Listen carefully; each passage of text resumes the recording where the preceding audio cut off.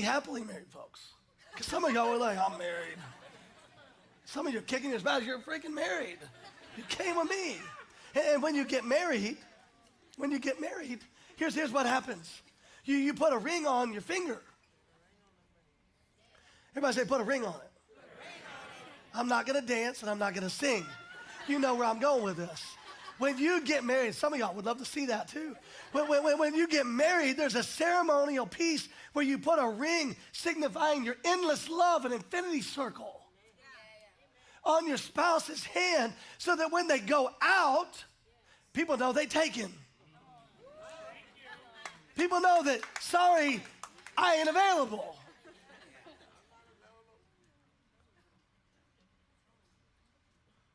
I do weddings quite often, and one of the things we talk about is the ring and the consecration of committing to one another, the infinite loop of love. In fact, I did this beautiful family's wedding right here, and we talked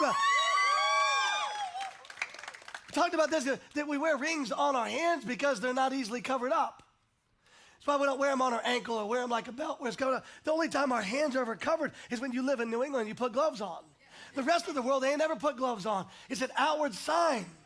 I was challenged by a friend not that long ago because he was traveling and doing some things and he wasn't wearing his wedding ring, and I called him on it. I said, bro, you're not wearing your wedding ring. He said, yeah, it's pretty expensive. I don't want it to get lost. I don't want to stay in a hotel. I want to get broken. I said, whoa, dude, you're a married man walking around like you're not married. Oh, no, I'm not doing that. I mean, she knows we're married. I said, she knows you're married. I was at the wedding, but everybody you meet outside of these doors doesn't know you're married because you're hiding it. Can I just say this to all the men? You don't need to ever take your wedding ring off for any reason.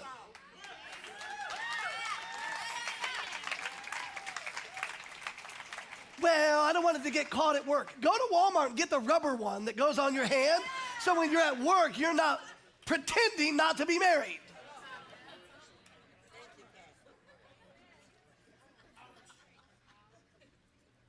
Nobody wants to talk like this, but it's time for the men of God to step up in our normal lives and then let this be a sign in our spiritual life.